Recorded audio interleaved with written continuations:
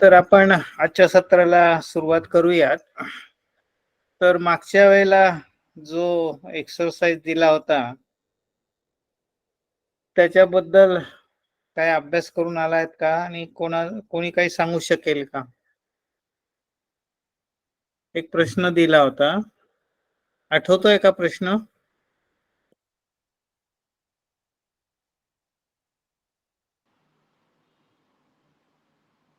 हो सर. प्रश्न आठवतोय? हो सर. तर मग काय त्याचं उत्तर आणि त्याचं कारण, तसं उत्तराचं कारण काय असेल असं सांगा ना. उत्तर थोडं कन्फ्युजच करते सर. आता एक प्रश्न काय आहे की बाबा नॉमिनी व्यतिरिक्त त्यांचे जे हे आहेत म्हणजे रिलेशनशिप वाले सभासद हे करू शकतात का? म्हणजे नॉमिनी आलाय, त्यांनी पण मागणी केली आहे आपल्याकडे, बरं का, नॉमिनी म्हणून माझं नाव आहे, तुम्ही मला पैसे द्या. आणि एक वारस पण आलेला आहे की तो नॉमिनी नाही पण तो वारस आहे आणि तो म्हणतो की हे मृत्यूपत्र बघा तुम्ही, हे मृत्यूपत्र आणले मी, याच्यात माझं नाव आहे तर मला पैसे द्या. तर आपल्या समोर प्रश्न असा आहे, कोणाला पैसे द्यायचे आता?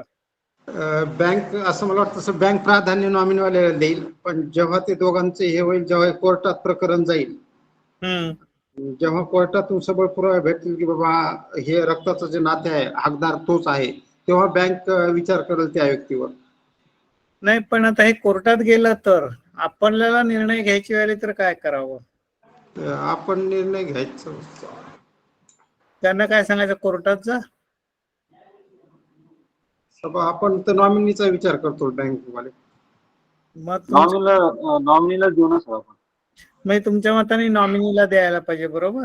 हो, नॉमिनीला द्यायला पाहिजे. नॉमिनीला द्यायला पाहिजे. वाकळे सर काय म्हणतात? कारण की त्यांचं मृत्यूपत्र काय लिहिलेलं आहे बँकेला थोडी माहित असतं ना. आपल्याकडे जो पुरावा आहे, जे आपण अग्रीमेंट केलेला आहे कस्टमर सोबत, समजा आपण ओपनिंग करते वेळेस आपण तेच फॉलो करणार. म्हणजे नॉमिनीला देणार असं वाकळे सरांचं पण मत आहे, बरोबर? हो सर. बर, अजून काही कोणाचं? पुरंगळे,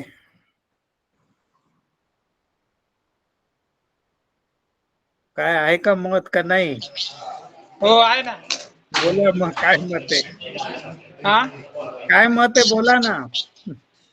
मत आहे आता काय सर, आज आमच्याकडे सोमवारमुळे खूप गर्दी.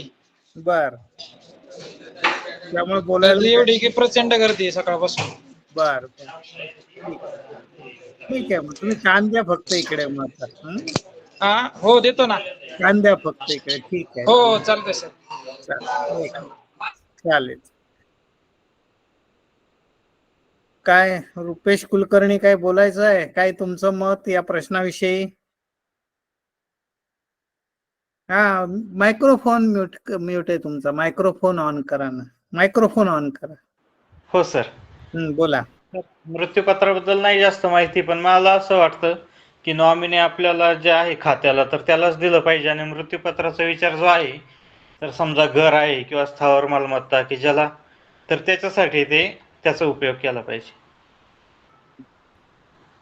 ठीक आहे, तुमची सगळ्यांची मतं घेतली विचारात मी आता. तर आता मी याचं तुम्हाला विवेचन करतो आणि बरोबर उत्तर सांगतो, बरं का. आता पहिला प्रश्न आपल्या समोर काय आहे, बरं का, त्यांनी आपल्याला विलपत्र सादर केलंय, ज्याला आपण मराठीमध्ये इच्छापत्र म्हणतो, चांगला शब्द. तर इच्छापत्र केलेलं आहे त्यांनी, ते आपल्याला तो ओरिजिनल दाखवतोय की ज्याच्यात त्याचं नाव आहे, बरोबर. आता एक पहिला प्रश्न माहिती म्हणून तुम्हाला सांगतो की हे जे इच्छापत्र आहे त्याला इंग्लिशमध्ये विल म्हणतात, WILL, विल. तर हे योग्य आहे का, हे आपण कसं ताडून बघणार, हा पहिला प्रश्न आहे, बरं का. मग पुढे द्यायचं का नाही ते आपण बघूयात. पण what amounts to a valid will, असा एक माझ्या समोरचा प्रश्न आहे. तर मग विल हे व्हॅलिड असण्यासाठी की ज्याच्यावर बँक कारवाई करू शकेल, त्याच्यावर बेस्ट ऍक्शन घेऊ शकेल, तर याला व्हॅलिड विल होण्यासाठी पहिला प्रश्न माझा असा तुम्हाला आहे की त्याचं रजिस्ट्रेशन आवश्यक आहे का. आता याचं उत्तर तुमच्याकडनं मला अपेक्षित आहे की व्हॅलिड असण्यासाठी विल हे रजिस्टर करणं आवश्यक आहे का.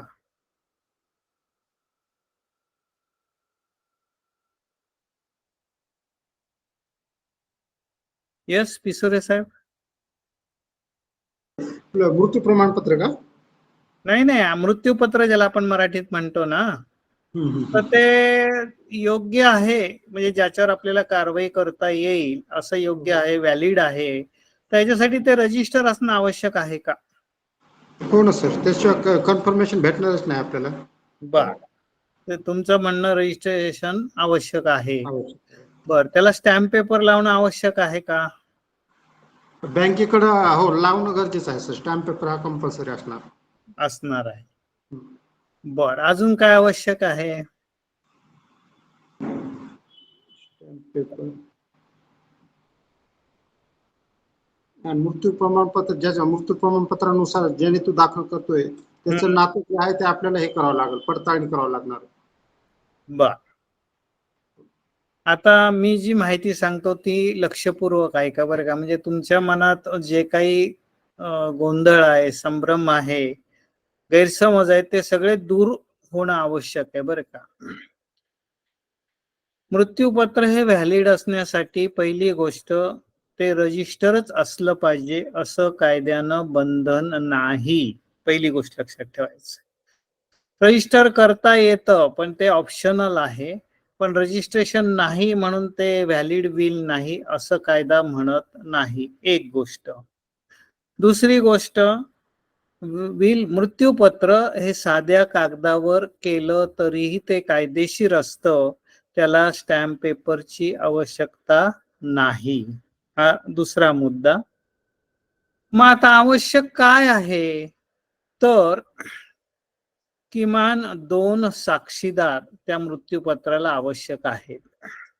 म्हणजे जो विटनेसचा कायदा आहे त्याच्यामध्ये स्पष्ट म्हणलेलं आहे की काही कागदपत्र ही साक्षीदाराने साक्ष टाकूनच आपण ती करावी लागतात, साक्षीदार घ्यावेच लागतात.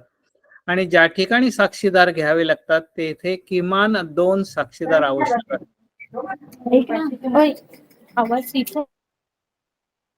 तर या ठिकाणी 2 साक्षीदार आवश्यक आहेत कायद्याने, म्हणजे ते व्हॅलिड विल आहे असं म्हणलं जातं. त्यामुळे आपण इन्सिस्ट करायचं नाही की बुवा ते स्टॅम्प पेपरवर नाही किंवा रजिस्ट्रेशन नाही आहे असं नाही. शिवाय जरी कायद्याने आवश्यक नसलं तरी एक सल्ला म्हणून मी सांगेन की डॉक्टरचं सर्टिफिकेट घेऊन त्याला लावून ठेवावं. कारण मृत्यूपत्र कोण करू शकतं?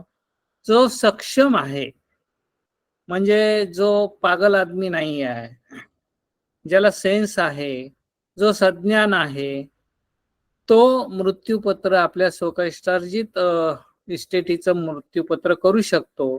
मग ज्या वेळेला त्यांनी ते मृत्यूपत्र केलं त्यावेळेला त्याचं स्टेट ऑफ माइंड स्टेबल होतं, त्याची मानसिक स्थिती चांगली होती, हे सिद्ध. म्हणजे चॅलेंज कुठं होऊ शकतं? मृत्यूपत्र हे चॅलेंज कुठं होऊ शकतं? नेहमी तर इथं होऊ शकतं. मग त्यासाठी त्याच वेळेला ज्या वेळेला यांनी मृत्यूपत्र केलं, या मृत्यूपत्र करणाऱ्याने, तेव्हा त्याची मानसिक स्थिती उत्तम होती असं एक डॉक्टरचं सर्टिफिकेट घेऊन त्याला लावून ठेवावं असा ऍडव्हाइस आहे. म्हणजे चॅलेंज होण्याची, मृत्यूपत्र चॅलेंज होण्याची शक्यता खूप दुरावते. रजिस्ट्रेशन असल्यावरही चॅलेंज झालं तरी ते फारसं टिकत नाही, कारण रजिस्ट्रेशन केल्यामुळे ते सरकारी अधिकाऱ्यासमोर केलं जातं आणि त्यामुळे ते चॅलेंज जरी झालं तरी ते फार कोर्टामध्ये टिकत नाही. त्यामुळे असल्यास उत्तम.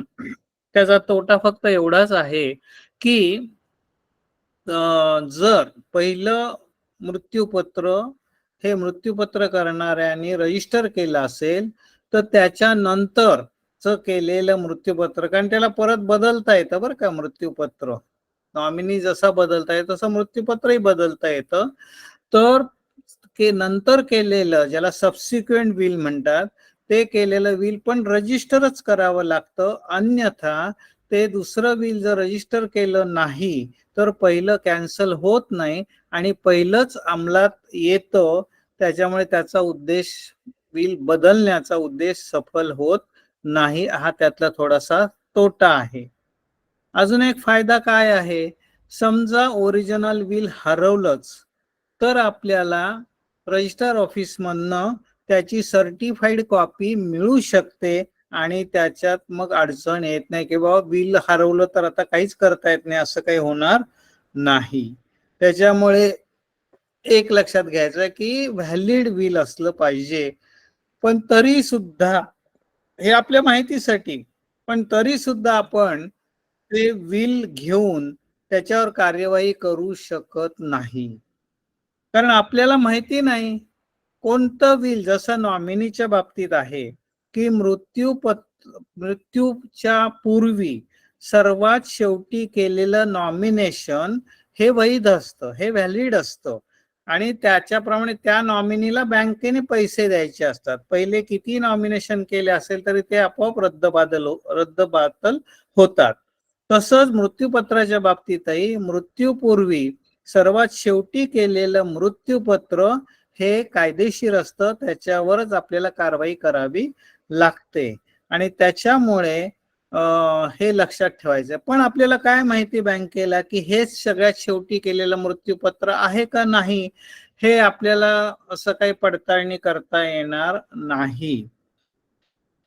तर त्यासाठी ज्यांनी मृत्यूपत्र आणलं आहे त्याला सांगावं लागेल, बाबा रे तू कोर्टात जा आणि कोर्टाकडनं एक ऑर्डर घेऊन ये.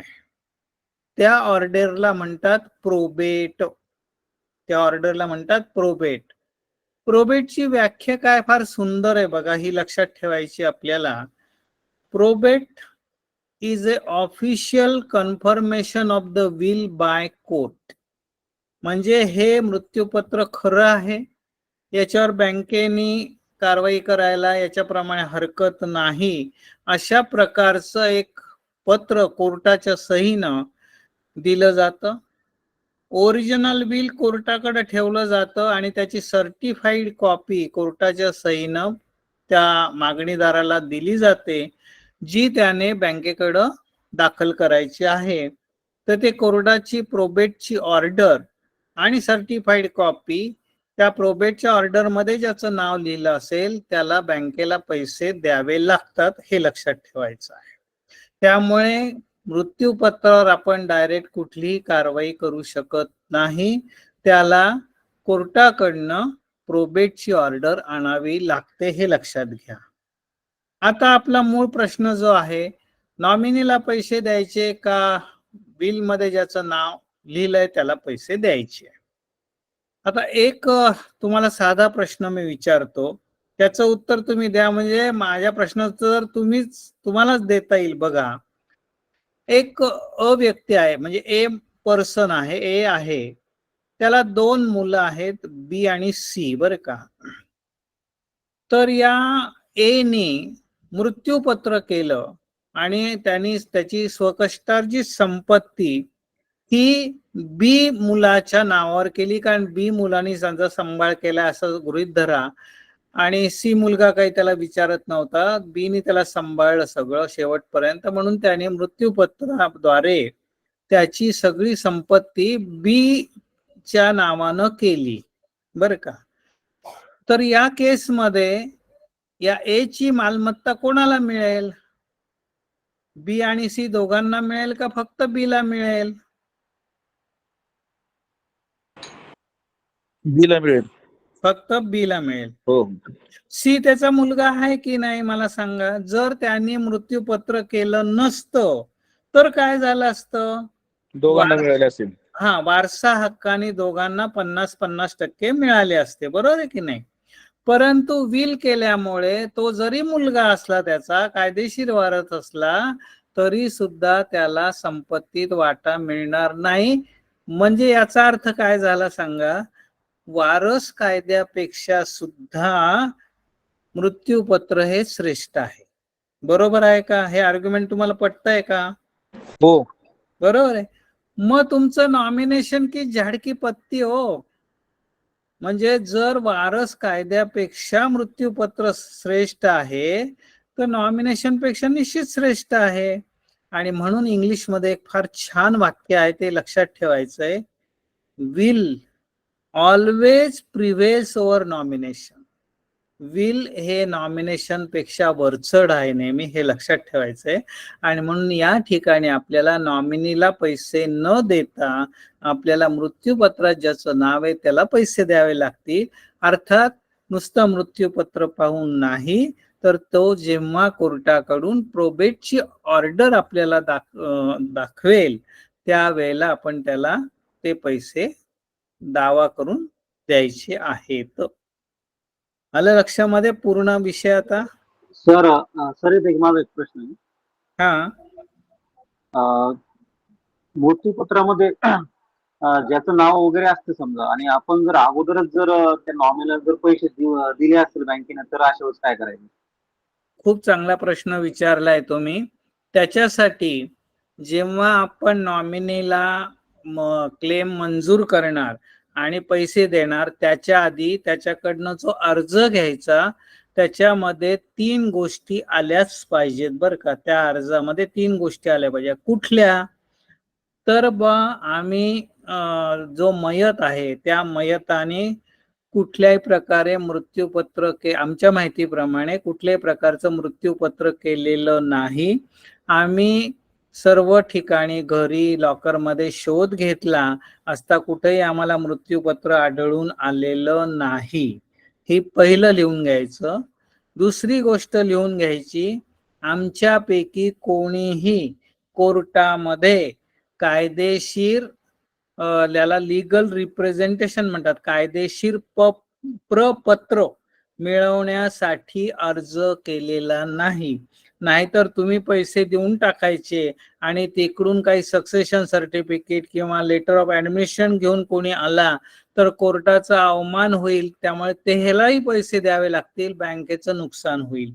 आणि म्हणून साठी तेही लिहून घ्यायचं त्या अर्जामध्ये की आमच्यापैकी कोणीही कोर्टात गेलं नाही आणि त्यांनी लीगल रिप्रेझेंटेशन मिळवण्यासाठी, कायदेशीर प्रपत्र मिळवण्यासाठी कोर्टाकडे अर्ज केलेला नाही. ही दुसरी गोष्ट लिहून घ्यायची. आणि तिसरी गोष्ट लिहून घ्यायची की मला याची जाणीव आहे, म्हणजे जो मागणीदार असेल तो भले नॉमिनी असेल, प्रोबेट मधला नॉमिनी असेल, तर की मला याची जाणीव आहे की मी हे पैसे, मयताचे पैसे, हे मयताचे कायदेशीर वारसांच्या वतीनं विश्वस्त म्हणून स्वीकारत आहे. I am a trustee of legal heirs. त्याची भूमिका काय आहे? तो ट्रस्टी आहे. कोणासाठी? तर लीगल हेअर्स जे आहेत, कायदेशीर वारस आहे, त्यांच्यासाठीचा हा विश्वस्त आहे. त्यामुळे मी हे पैसे मयताच्या कायदेशीर वारसांच्या वतीनं विश्वस्त म्हणून स्वीकारत आहे, याची मला जाणीव आहे. तर अशा 3 गोष्टी आपल्या अर्जात आल्यानंतर आपण अडचणीत येणार नाही. आलं लक्षामध्ये वाकळे साहेब? हो सर, हो. ते फार महत्वाचं आहे, लक्षात ठेवा. ठीक. पिसोरे साहेब, काही शंका आता? नाही सर. नाही. आणि हे आता तुमच्या मनातलं हे काढून टाका, संभ्रम गोंधळ काढून टाका. दिस इज म्हणजे कायदेशीर आहे सगळं. हो सर, आलं लक्षात. ठीक आहे. आता आपण पुढे जाऊयात. तुम्हाला मिसिंग पर्सन नंतर सांगतो. आता आपल्याला नॉमिनेशन नाहीये, समजा केलेलं नाहीये, किंवा नॉमिनी हा डिपॉझिटरच्या आधीच मयत झालाय आणि डिपॉझिटरनी नवीन नॉमिनी नेमला नाही आहे, तर अशा वेळेला आपल्याला काय करावं लागतं? मयताचा दावा करावा लागतो. डिसीज क्लेम ज्याला इंग्लिश मध्ये म्हणतात, मयताचा दावा, डिसीज क्लेम करून त्याला पैसे द्यावे लागतात.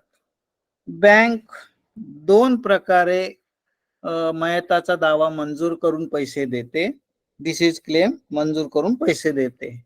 पहिली प्रोसिजर आहे त्याला म्हणतात लिबराइज्ड प्रोसिजर, सवलतीची योजना. बरं का, लिबराइज्ड प्रोसिजर. ह्याच्यात काय केलं जातं, तुम्ही करत असाल नेहमी बरं का. तर सर्वप्रथम अर्ज घ्यायचा आहे, म्हणजे मागणीदार आहे त्यांचा अर्ज घ्यायचा आहे बँकेला. त्याच्यानंतर वारस दाखला घ्यायचा आहे. म्हणजे मयताचे कोण कोण वारस आहेत बा हे आपल्याला कळलं पाहिजे. त्याच्यानंतर ॲफिडेव्हिट घ्यायचा आहे. मग त्या ॲफिडेव्हिट मध्ये कोण मयत झालाय, कधी झालाय, काय झालाय, त्याची काय खाती आपल्याकडे आहेत आणि या मयताचे आम्ही सर्व वारस आहोत असं ॲफिडेव्हिट घ्यायचं आहे. कारण ॲफिडेव्हिट हा कायदेशीर कागद आहे. ते जर खोटं दिलं तर त्याच्या अगेन्स्ट आपल्याला ऍक्शन घेता येते. असं एक ॲफिडेव्हिट घ्यायचं आहे. त्याच्यानंतर सर्व वारसांचं संमतीपत्र घ्यायचं आहे. कारण समजा एक 7-8 वारस असतील, आपण काही 7-8 वारसांना पैसे वाटत बसणार नाही आहोत. त्याच्यामुळे सर्व वारसांच्या वतीने कोणाला पैसे द्यायचे हे त्यांनी आपल्याला लिहून द्यायचं संमतीपत्र, की बा आमच्या 8 जणांच्या वतीने, 9 जणांच्या वतीने अमुक एक व्यक्तीला पैसे द्या, आम्हाला ते भरून पावले. आलं का लक्षात? असं एक संमतीपत्र या ठिकाणी घ्यायचं आहे. त्याच्यानंतर मग त्या जे डॉक्युमेंटेशन एक इंडिमिनिटी बॉन्ड घ्यावं लागतं, ज्याला मराठीमध्ये हमीपत्र म्हणलं जातं. तर हमीपत्र घ्यायचं, इंडेमिनिटी बॉन्ड घ्यायचं आहे आणि या इंडेमिनिटी बॉन्डला 2 हमीदार घ्यायचे आहेत, ज्यांना इंडेमनिफायर असं म्हणलं जातं.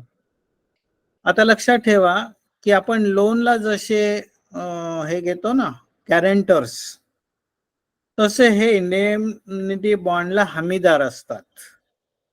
त्यामुळे या दोघांची लिगल पोझिशन वेगळी आहे बरं का, लक्षात ठेवा. दोघांची भूमिका एकच आहे. जर कर्ज वसुली झाली नाही तर आपण जामीनदाराकडनं पण करतो. तसंच हे पैसे दिले आणि पुढं काही अडचण आली, द्यायला नको होते, दिले आपण क्लेम करून, तर वसूल करायची वेळ आली आणि ज्याला आपण दिले त्यांनी पैसे सगळे उडवून टाकले असतील, तर ते वसूल करण्यासाठी हमीदार आवश्यक असतात. त्या हमीदारांकडनं बँक वसुली करू शकते. त्याच्या फार कायदेशीर बाबीत मी जाणार नाही, पण इंडेमिनिटी बॉन्ड घ्यायचा आहे, त्याला 2 हमीदार घ्यायचे आहेत, हे लक्षात ठेवायचंय. ते आर्थिक सक्षम असले पाहिजेत, हे लक्षात ठेवायचं. आर्थिक सक्षम नाही तर काय होईल, तुम्ही 5 लाखाचा क्लेम मंजूर करताय आणि एक 50,000 पगाराचा माणूस घेतला, काही उपयोग नाही ना. 50,000 2/3 आपण अटॅच करू शकत नाही, तुम्हाला माहित असेल कोऑपरेटिव्ह लॉ प्रमाणे. राहिले 1/3, त्याच्यामध्ये त्याला खायला प्यायला पैसे ठेवावे लागतात. आपल्या हातात किती येणार आहे, किती वर्ष आपण वसुली करणार आहोत. त्याच्यामुळे तो सक्षम आहे का, त्याची प्रॉपर्टी भरपूर आहे का, याचा विचार करून ते 2 हमीदार आपण या ठिकाणी घ्यायचे आहेत, हे लक्षात ठेवायचं आहे. तर अशा प्रकारे इंडेमनिटी बॉन्ड किंवा क्षतिपूर्ती बॉन्ड सुद्धा त्याला मराठीमध्ये म्हणलं जातं, तो असा घेऊन आपण बँक मयताचा दावा मंजूर करते आणि पैसे त्या ठिकाणी दिले जातात. तर याला म्हणायचं लिबराइज्ड प्रोसिजर, सवलतीची योजना. आता या ठिकाणी सगळ्यात महत्वाचं काय बघा, की सर्व वारस हे एकत्र यायला पाहिजे, कारण आपल्याला सर्व वारसांचं संमतीपत्र लागतं. आता या ठिकाणी एखाद्या बहिणीने सही केली नाही, एखाद्या भावाने सही केली नाही, तर आपल्याला या पद्धतीचा अवलंब करता येणार नाही. आणि म्हणून साठी मग सगळ्यात शेवटचा पर्याय म्हणजे त्यांना सांगावं लागतो, बाबा मयताने नॉमिनेशन केलं नाही, त्यामुळे आम्हाला नॉमिनीलाही पैसे देता येत नाहीत. तुम्ही सर्व वारस एकत्र येत नाही, त्यामुळे संमतीपत्र बँकेला मिळत नाही, त्यामुळे आम्हाला या इंडिमिनिटी बॉन्डच्या आधारेही तुम्हाला पैसे देता येत नाहीत. तर बाबांनो, तुम्ही आता असं करा, कोर्टात जा आणि कोर्टाकडनं ऑर्डर घेऊन या, त्याला म्हणतात सक्सेशन सर्टिफिकेट. मग कोर्ट सक्सेशन सर्टिफिकेट देतं आणि मग सक्सेशन सर्टिफिकेट मध्ये ज्याचं नाव लिहिलं असेल त्याला आपण बँकेने तो दावा मंजूर करून पैसे द्यायचे आहेत. हा शेवटचा उपाय आहे, लक्षात ठेवा, सक्सेशन सर्टिफिकेट. म्हणजे शेवटी आपल्या बँकेकडे जे कस्टमरचे पैसे आहेत ते शेवटी आपल्याला वारसांना द्यावेच लागतात. फक्त म्हणजे आपण काही त्याचं दुसरं काही करू शकत नाही. ते फक्त जर नॉमिनी असेल, पहिली गोष्ट नॉमिनी असेल आणि मृत्यूपत्र केलं नसेल तर नॉमिनीला देऊन मोकळं व्हायचं आहे. मृत्यूपत्र केलं असेल तर मृत्यूपत्रात ज्याचं नाव दिलंय त्याला पैसे आपल्याला द्यावे लागतील, पण कधी? कोर्टाकडून प्रोबेटची ऑर्डर आणल्यानंतर. समजा नॉमिनी नसेलच, मृत्यूपत्र नसेल, तर मग आपल्याला सवलतीच्या योजनेचा विचार करता येतो, लिबराइज प्रोसिजरचा विचार करता येतो, आणि तेही शक्य नसेल तर सगळ्यात शेवटी कोर्टाकडनं सक्सेशन सर्टिफिकेट आणावं लागतं. मग आपल्याला दावा मंजूर करून ते पैसे मागणीदाराला देता येतात. अशा प्रकारे आपल्याला आयदर नॉमिनेशन क्लेम और डिसीज क्लेम आपल्याला करता येतो. आता या ठिकाणी माझ्या मनात अजून एक प्रश्न असा आहे की वारस कोण? उद्या वारस आपल्याला माहित पाहिजेत की वारस कोण असू शकतात. तर एक लक्षात ठेवायचं आहे, जेव्हा केव्हा मयताचा दावा आपल्याला मंजूर करायचा असेल त्यावेळेला प्रथम कुठल्या धर्माची व्यक्ती मयत झाली हे बघावं लागतं. कारण असं आहे, हिंदूंच्या बाबतीमध्ये हिंदू वारस कायदा लागू होतो, त्यामुळे त्या कायद्यामध्ये जे वारस लिहिले आहेत त्यांना आपल्याला पैसे द्यावे लागतात. ती व्यक्ती मुस्लिम असेल तर मुस्लिम पर्सनल लॉ लागू होतो, त्यामुळे त्या लॉ मध्ये जे म्हणलंय ते वारस आहेत त्यांना पैसे द्यावे लागतात. आणि हिंदूही नसेल, मुस्लिमही नसेल, म्हणजे उदाहरणार्थ ख्रिश्चन असेल, ज्यू असेल, तर त्यांना भारतीय वारस कायदा लागू होतो, इंडियन सक्सेशन ऍक्ट लागू होतो. मग तो कायदा आपल्याला पाहावा लागेल. त्याच्यामुळे सर्वप्रथम मयताचा दावा मंजूर करताना कुठल्या धर्माची व्यक्ती मयत झाली आहे हे पाहणं आवश्यक आहे, हे लक्षात ठेवायचं आहे. आता हिंदूंच्या बाबतीत सांगायचं झालं तर बँक काय करते, दोन प्रकारचे वारस असतात, एक क्लास 1 हेअर्स आणि क्लास 2 हेअर्स. बँक नेहमी क्लास 1 मध्ये जे वारस असतात त्यांना पैसे देते. क्लास 1 मध्ये कोणीच नसेल तर क्लास 2 कडे जायचं आहे. आता क्लास 1 मध्ये हिंदू मेल, हिंदू पुरुष असेल तर कोण कोण असतं बघा. जर हिंदू मेल असेल म्हणजे पुरुष असेल तर त्याची पत्नी, मुलं आणि मुली, आणि त्या हिंदू पुरुषाची, मयत पुरुषाची आई, हे क्लास 1 हेअर मध्ये येतात. क्लास 2 मध्ये एकंदर 9 वर्ग आहेत. क्लास 2 मध्ये 1 to 9 सब क्लासेस आहेत. मग त्याच्यामध्ये क्लास 2 मध्ये पहिला वर्ग आहे वडील. म्हणजे लक्षात घेण्यासारखी परिस्थिती आहे की हिंदूच्या बाबतीमध्ये आई ही क्लास 1 हेअर आहे आणि वडील हे क्लास 2 मध्ये जातात, बरं का. त्याच्यानंतर मग चुलत भाऊ, चुलत बहिणी, त्याच्यानंतर आते भाऊ, मामे भाऊ, त्याच्यानंतर अशी सगळी यादी दिलेली आहे. आणि सगळ्यात शेवटी कोणीच नसेल जिवंत तर पैसे सरकारी तिजोरीत जमा होतात. तर अशा प्रकारे आपल्याला कुठल्या धर्माची व्यक्ती मयत झाली आहे याचा विचार करून त्याच्या वारस कायद्याप्रमाणे आपल्याला कोण वारस आहेत हे ठरवावं लागतं. मुस्लिमांच्या बाबतीत हा कायदा अतिशय गुंतागुंतीचा आहे, कारण त्यांच्यामध्ये शिया लॉ वेगळा, सुन्नी लॉ वेगळा. त्याच्यातही परत खूप म्हणजे काय म्हणतात त्याला, कॉम्प्लिकेशन्स आहेत. त्याच्यामुळे मुस्लिम व्यक्तीच्या बाबतीमध्ये जेव्हा केव्हा क्लेम येईल तेव्हा मला विचारा, मी सांगेन, किंवा तुमच्या पॅनल ॲडव्होकेटला विचारा, कारण तो खूप कॉम्प्लिकेटेड आहे. ठीक आहे, तर त्याचा आपण आता विचार करायचा नाही. तर फक्त एक लक्षात ठेवा की जेव्हा केव्हा मयताचा दावा येईल तेव्हा त्या क्लेमंटची आई म्हणजेच मयताची आई, म्हणजे क्लेमंटची आजी जर जिवंत असेल तर तिचं नाव वारसांच्या यादीत आहे की नाही याची खात्री करायची. हा, बऱ्याच वेळेला म्हातारीला काही कळत नाही, म्हातारीचं नाव लिहित नाहीत लोक, परंतु ती असणं आवश्यक आहे, नाहीतर आपण पुढे जाऊन अडचणीत येऊ शकतो. त्याच्यामुळे ते आवर्जून पाहायचं आहे क्लेम सेटल करताना, क्लेम मंजूर करताना. आता एक शेवटचा मुद्दा याच्या बाबतीत जो राहिलेला आहे तो म्हणजे तुम्हाला मिसिंग पर्सन किंवा एक्सपॉन्डिंग व्यक्ती म्हणजे परागंदा व्यक्तीच्या संदर्भात काही सांगितलंय का मी, किंवा जी व्यक्ती सापडत नाही त्याच्याबद्दल काही सांगितलंय का? नाही सर. नाही. मग ते आता सांगतो शेवटचा मुद्दा. ते समजा एखादी व्यक्ती मिसिंग असेल किंवा परागंदा झाली असेल, ती आता मिळत नाही आहे. मध्यंतरी बघा सुनामी आली होती, त्यावेळेला बरेच जण त्या सुनामीमध्ये गेले कुठे कळलंच नाही आणि सापडलेही नाहीत. मध्यंतरी ढगफुटी झाली ती उत्तराखंडमध्ये आणि बरेच जण वाहून गेले, सापडलेच नाहीत. तर अशा केसमध्ये मृत्यूपत्र मिळत नाही, कारण आपण प्रत्येक वेळेला काय म्हणतो, मृत्यूपत्र. नॉमिनेशन क्लेम जरी असला तरी आपल्याला मृत्यूपत्र लागतं, डिसीज क्लेम असला तरी मृत्यूपत्र लागतं. तर त्या केसमध्ये आपल्याला मृत्यूपत्र मिळू शकत नाही. मग त्या केसमध्ये आपण काय करायचं, बँकेने काय करायचं? तर त्या ठिकाणी एक लक्षात ठेवायचं, बँकेला 7 वर्ष काहीच करता येत नाही.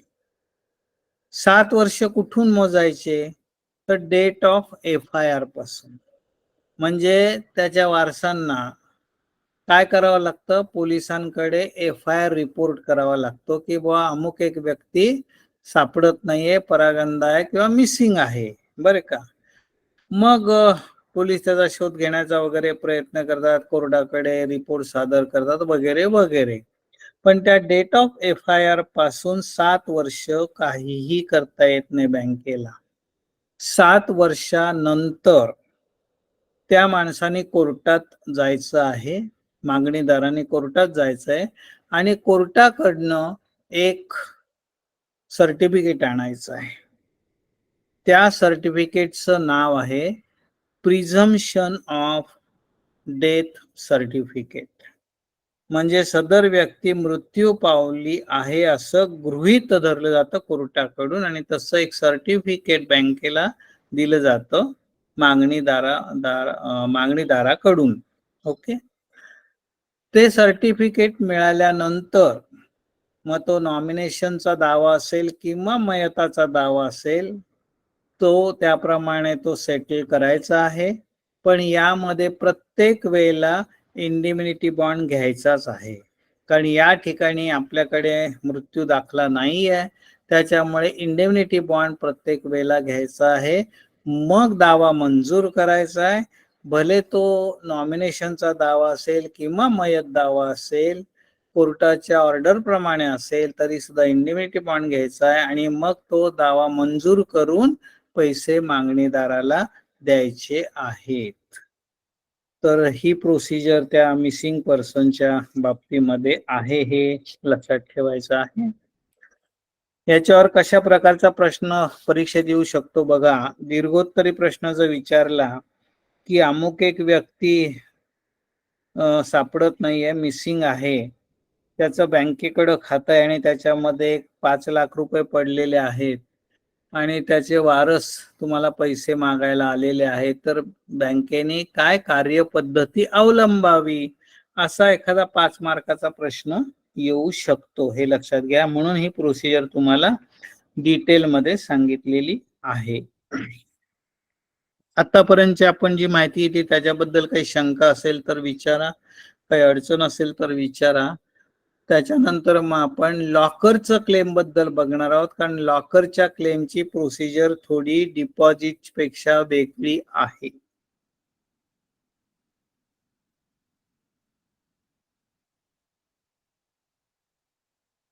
येस वाकळे साहेब. नाही सर. काही नाही, आता शंका नाही. गौतमी अधिकारी आहात का ऑनलाईन?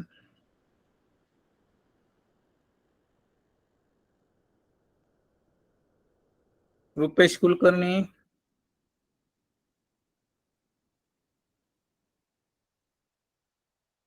रुपेश कुलकर्णी आहेत का ऑनलाईन?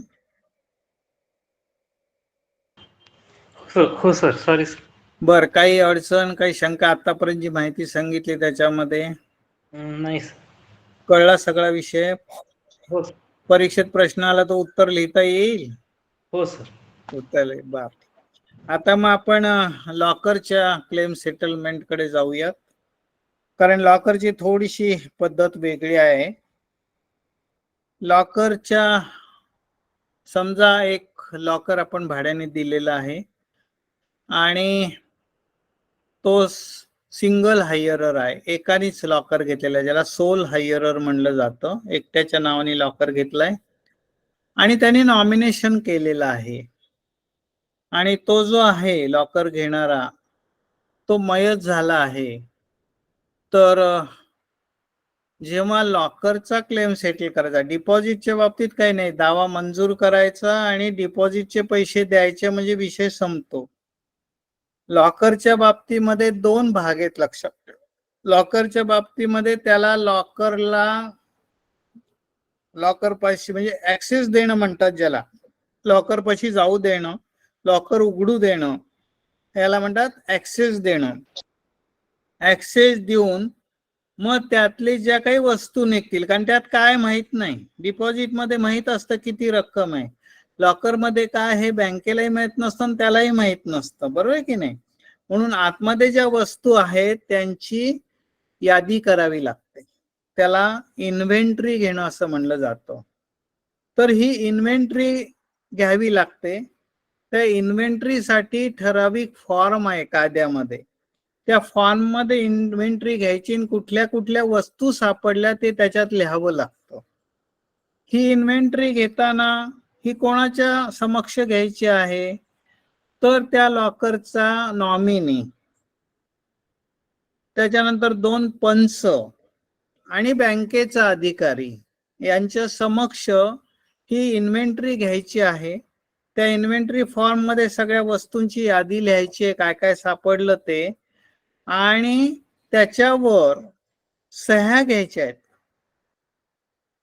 नॉमिनीची सही घ्यायची आहे, दोन्ही पंचांच्या सह्या घ्यायच्या, बँक अधिकाऱ्यांनी सही करायची आहे, काय काय सापडलं त्याच्यामध्ये त्या इन्व्हेंटरी फॉर्मवर, आणि त्याच्यानंतर त्या वस्तू आपल्याला नॉमिनीच्या ताब्यात द्यायच्या आहेत. पण त्याच्या ताब्यात मिळाल्याबद्दल त्याची पोचपावती पण घ्यायची आहे. तर ती काय, जशी आपण डिपॉझिटचे पैसे दिल्यावर पोचपावती घेतो पैसे मिळाल्याची, तशीच ह्या वस्तू मिळाल्याची पोचपावती घ्यायची आहे, हे लक्षात ठेवायचं आहे. आणि मग इन्व्हेंटरीची एक कॉपी, 2 कॉपीत करायचं आहे. एक कॉपी त्या नॉमिनीला द्यायची आहे आणि दुसरी कॉपी आपण बँकेच्या रेकॉर्डवर ठेवायची आहे. तर ही थोडीशी पद्धत. आता एक भाग झाला सगळ्यात सोपा. समजा जॉईंट हायरर्स आहेत, लॉकरच्या बाबतीमध्ये जॉईंट हायरर्स आहेत, त्यांनी नॉमिनेशन केलेलं आहे आणि इन्स्ट्रक्शन 2 प्रकारच्या असू शकतील. एक तर जॉईंट ऑपरेशन अशी इन्स्ट्रक्शन असू शकेल किंवा आयदर ऑर सर्वायवर अशी इन्स्ट्रक्शन असू शकेल. जर जॉईंट ऑपरेशन अशी सूचना असेल तर आपल्याला कोणाला पैसे द्यावे लागतील, वस्तू द्यावे लागतील. बघा, या ठिकाणी नॉमिनी पिक्चर मध्ये येणारच आहे, म्हणजे नॉमिनी असेल किंवा 2 नॉमिनी सुद्धा असू शकतील, कारण आपण अपवाद पाहिलाय. 1 अकाउंट 1 नॉमिनी हा नियम जरी असला तरी एकापेक्षा जास्त जर हायरर्स असतील लॉकर घेणारे आणि त्यांचं परिचालन हे सुद्धा जॉईंट असेल तर त्यांना एकापेक्षा जास्तीत जास्त 2 नॉमिनी नेमता येतात. म्हणजे एक नॉमिनी नेमला असेल तर 1, 2 नेमले असतील या केसमध्ये तर 2. याच केसमध्ये फक्त त्या दोन्ही नॉमिनी तुमच्या समक्ष इन्व्हेंटरी घ्यायची आहे.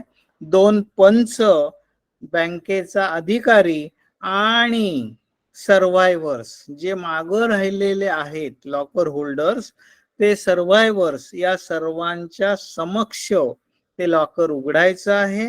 त्याच्यात सापडलेल्या वस्तूंची इन्व्हेंटरी घ्यायची आहे. त्याच्यात त्या फॉर्म मध्ये त्या फॉर्म भरायचा आहे, त्याला इन्व्हेंटरीचा फॉर्म म्हणतात. त्याच्यामध्ये सगळ्या वस्तूंची यादी लिहायची आहे आणि त्याच्यावर या सगळ्यांच्या सह्या घ्यायच्या आहेत.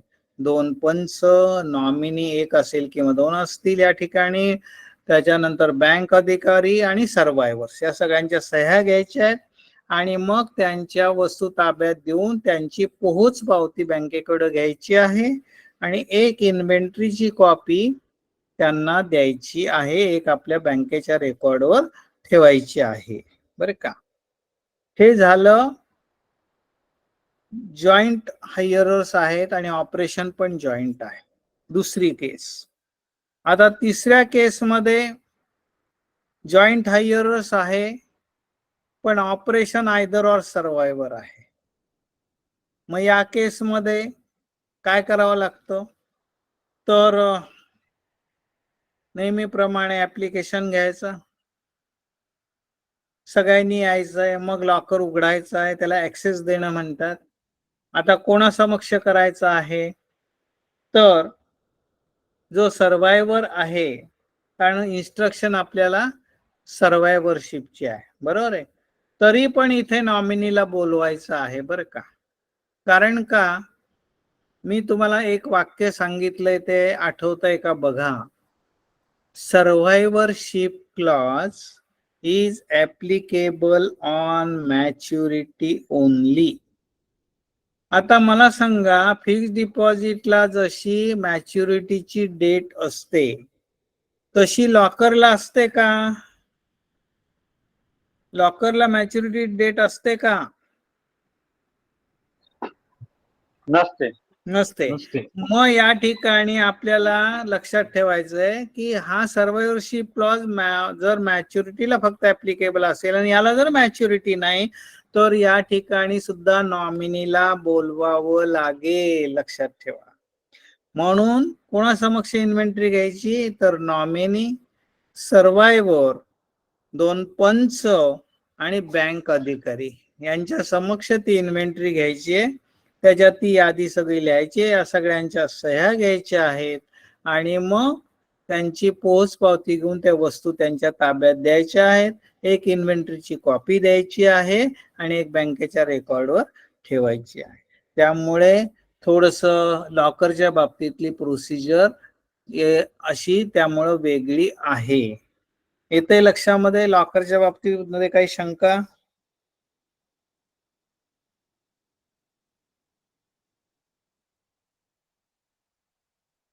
लॉकरच्या बाबतीत काही शंका आहे कोणाला? नाही सर. नाही आहे. बर, आता एकंदरीतच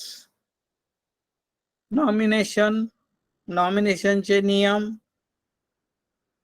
त्याच्यानंतर नॉमिनेशनचा दावा मंजूर करणे, व्हॅलिड नॉमिनेशन म्हणजे काय, नॉमिनीचे आपले खातेदाराचे अधिकार काय, बँकेची कर्तव्य काय, त्याच्यानंतर नॉमिनेशनचा दावा कसा मंजूर करायचा, मयत दावा कसा मंजूर करायचा, याच्याबद्दल काही शंका असेल या टॉपिक बद्दल तर विचारा.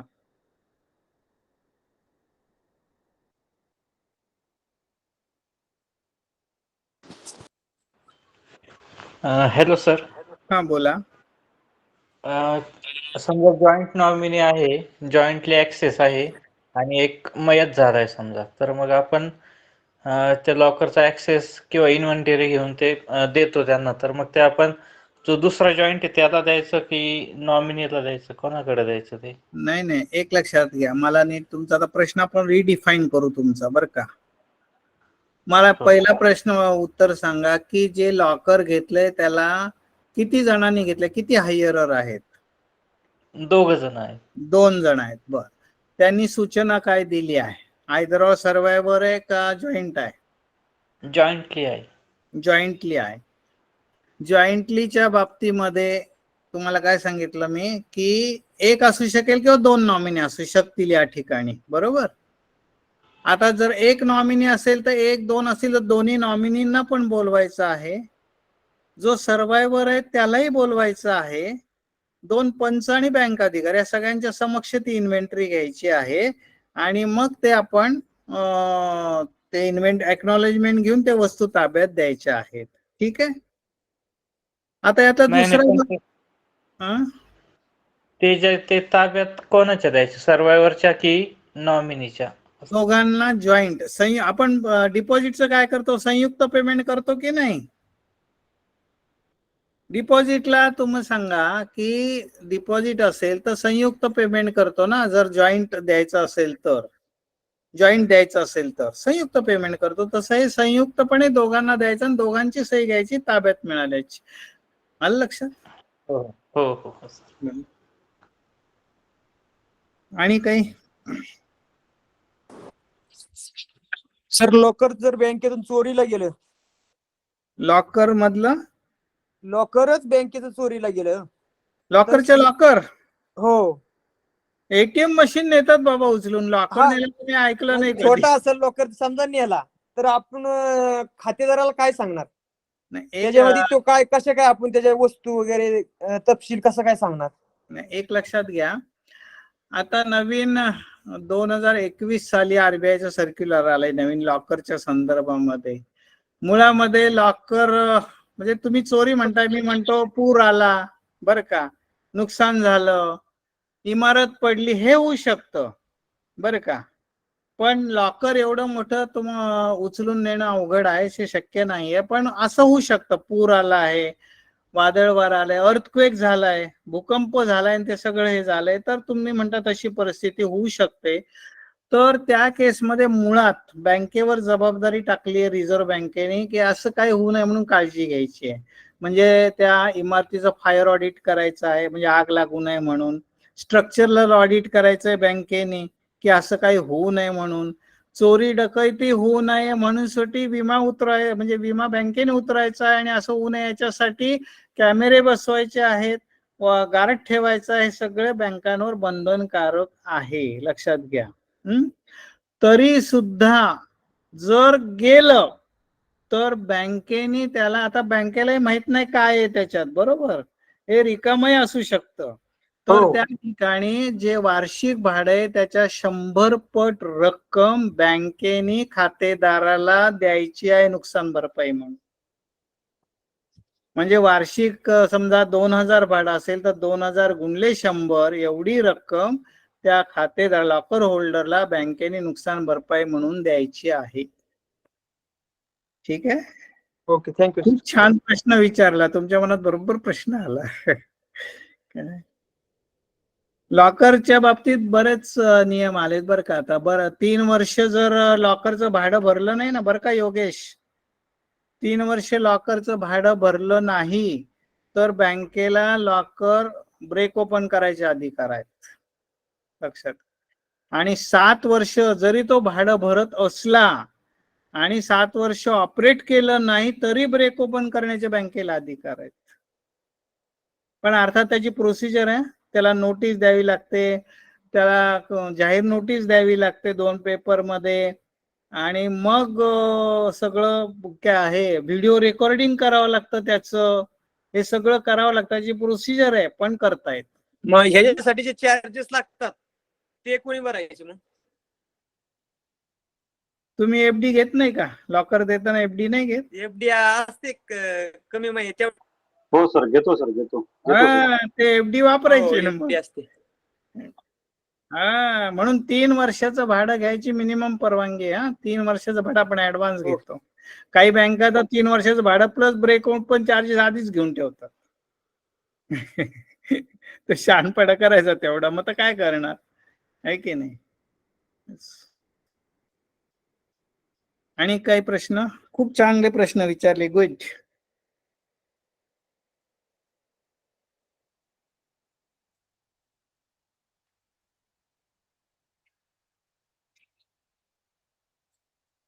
बरं, आता मी एक प्रश्न विचारतो, जाऊ द्या. जो नॉमिनेशन फॉर्म आहे आपण पाहिलं बघा, DA1 आहे, DA2 आहे, DA3 आहे डिपॉझिटच्या बाबतीत. लॉकरच्या बाबतीमध्ये LA1 आहे, LA1A आहे, LA2 आहे, LA3 आहे, LA3A आहे. आपण सगळे ते फॉर्म वगैरे पाहिलेले आहेत.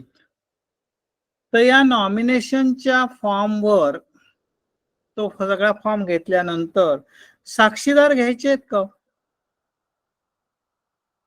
पिसोरे साहेब, तुमच्याकडे लॉकर आहेत का पिसोरे साहेब? हा नाहीये सर, लॉकर नाहीये. पतसंस्थात नसतात का? नाही, जस्ट आता जनकल्याण सारखी आहे सर, एक आमची एकच शाखा आहे आणि छोटी पतसंस्था आहे. बर बर, मोठ्या याच्यात असू शकतात, म्हणजे असं बंधन नाहीये, असू शकत नाही तसं. बंधन नाही. ठीक आहे, ठीक. तुम्हाला पुढे कधी चालू करायचं असेल तर बघ, करता येईल, तुम्हाला माहिती असेल तर, बरोबर आहे ना? हो बरोबर सर. बर. तर मग समजा डिपॉझिटचं आहे, आपण आता लॉकर विसरून जा, डिपॉझिटचा नॉमिनेशन फॉर्म आहे, त्याच्यावर साक्षीदार लागतात का, हा माझ्या मनातला आता प्रश्न आहे. साक्षीदारची नाही गरज आता सध्या.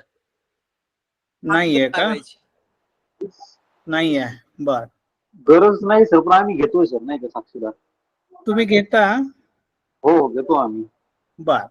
आता मी थोडं रिफाईन करतो बरं का, दोघांचं उत्तर बरोबर आहे, कधी घ्यायचं आणि कधी नाही हे सांगतो बरं का. नॉमिनी लावायचं असेल तर घ्यायचं. हा, कधी? नॉमिनी टाकायचं ना डिपॉझिटरला, हा, त्यावेळेस तुमचा तो साक्षीदार पाहिजे तिथं, म्हणजे याला त्यावेळेस घेतलं चालेल. चालेल. FD ला वाटत नाही सर. का बरं FD ला का नंबर? आता नॉमिनेशन मग कुठल्या याला FD नॉमिनी लावला तर ठीक आहे, कंपल्सरी हा. थोडं वाटतं, आणि जर नॉमिनी म्हणजे नाही लावला समजा, त्याला नाही ठेवायचा नॉमिनी, तर नाही नाही, घेतलं तर असं वाटतं. ते बरोबर नाही. मी म्हणजे माझा स्पेसिफिक प्रश्न तोच आहे, नॉमिनेशनच्या फॉर्मवर पाहिजे का, म्हणजे नॉमिनी लावतोय तो, बरोबर? तर जरा तुम्ही रिफाईन करतो मी उत्तर आता.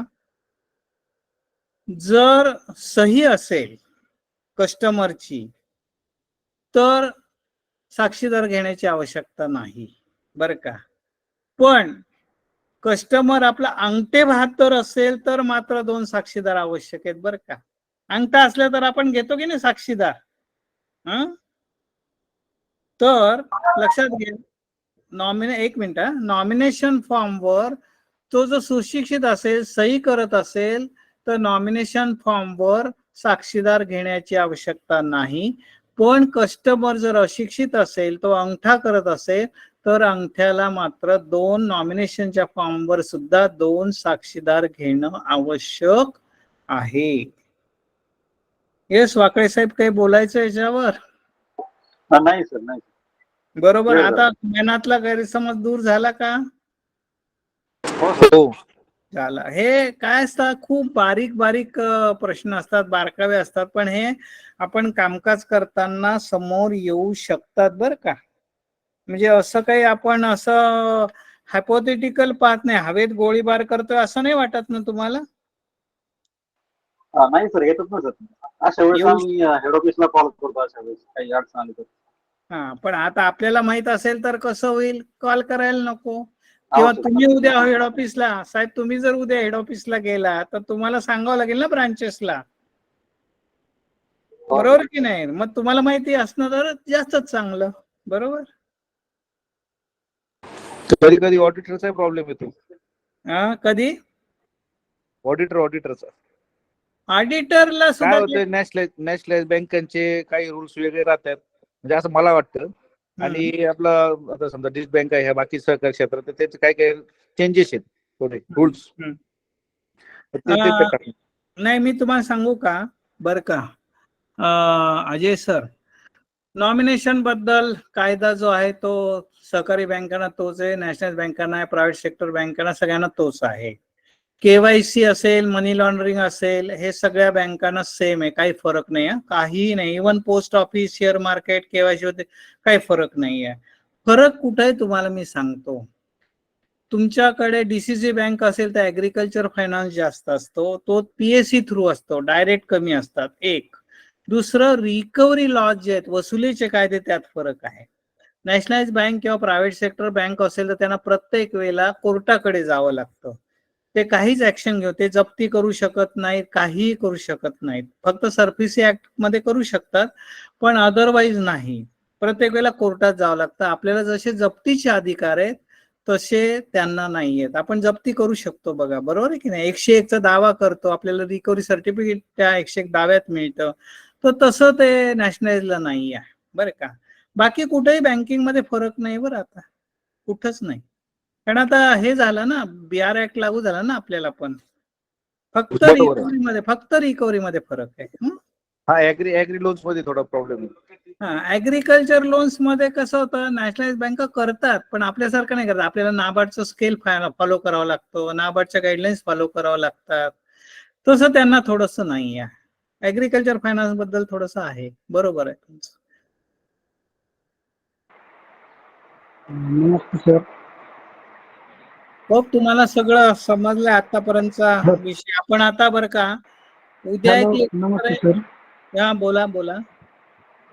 हा सर, मला एक विचारायचं होतं ते कायदे वगैरे आता राष्ट्रपती बँका सरकारी बँका यांच्यामध्ये फरक आहे. मग काय काय कार्यपद्धतीमध्ये कसं की राष्ट्रपती बँकेचं चेक पुस्तक घरी येतं, ATM कार्ड घरी येतं, सहकारी बँकांचं ATM आणि आपल्याला इथं शाखेतूनच वितरित करावं लागतं. मग त्याचं ज्यावेळेस ते ATM राष्ट्रपती बँकेचं घरी येतं पत्त्यावर, ते ऍड्रेस घरातलं कुणी पण घेतं, त्याच्याबरोबर पिन सुद्धा येत असतं. मग त्याचा मिसयूज होईल असं राष्ट्रीय बँकेचं धोरण निर्णय आपलं सहकारी बँकांचं का? नाही ते का पाठवतात बरं का, सरकारी बँका असं का पाठवतात त्याचा मी तुम्हाला KYC मध्ये खुलासा करतो बरं का. एक आणि तुम्ही म्हणता तसं नाही, बहुतेक वेळेला काय होतं, हे जेव्हा पाठवलं जातं ना ATM कार्ड वगैरे, त्यावेळेला ते स्टँड म्हणजे जे प्रथितयश कुरिअर आहे त्यांच्या मार्फतच पाठवण्याचं बंधन आहे आणि त्याच्यावर लिहिलेलं असतं to be deliver to the addressee only, ज्याच्या नावावर पाकिट आहे त्यालाच द्या, अशा सूचना कुरिअरला ऐकून घ्या दिलेल्या असतात. आणि ते घरी का पाठवतात, आपण सुद्धा पाठवू शकू, आणि का पाठवायचं आणि कधी पाठवायचं ते तुम्हाला मी KYC मध्ये सांगेन.